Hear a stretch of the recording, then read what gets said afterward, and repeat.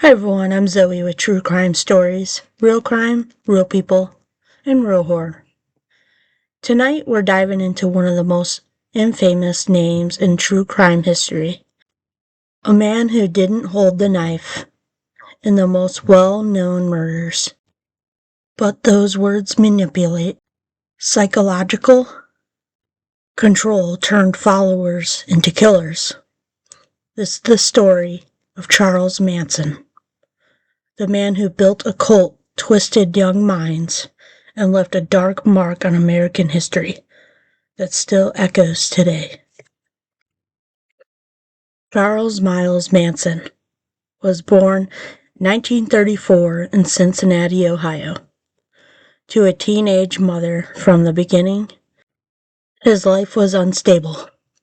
He grew up moving between relatives from schools and juvenile faculties. By his teens, Manson had already learned how to lie, steal, and manipulate in order to survive.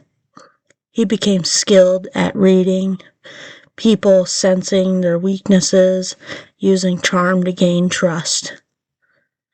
By the late 1960s, Manson arrived in California at the height of the counterculture movement. Young people were searching for meaning, freedom, and belonging. Manson offered all of that. He preached about love, peace, and spirituality, but slowly twisted those ideas into control. He gathered a group mostly of young women and men who became known as the Manson family. They lived together, shared everything, and followed Manson's every word. Manson convinced his followers that he was a prophet, even a godlike figure. He used drugs, isolation, and constant psychological pressure to break down their individual identities. Over time, they stopped thinking for themselves and began to see the world only through Manson's teachings.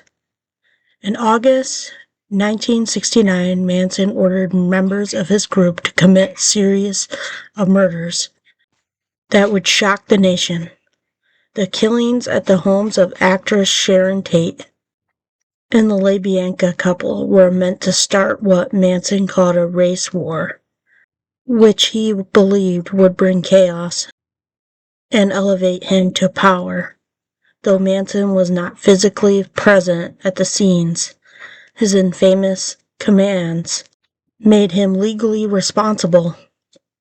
The brutality of the crimes led to one of the most intense investigations in U.S. history.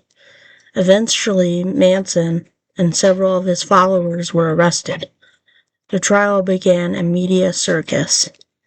Manson's strange behavior, carved forehead, and courtroom outbursts only fueled public fascinations and fear. In 1971, Charles Manson was found guilty of first-degree murder and conspiracy.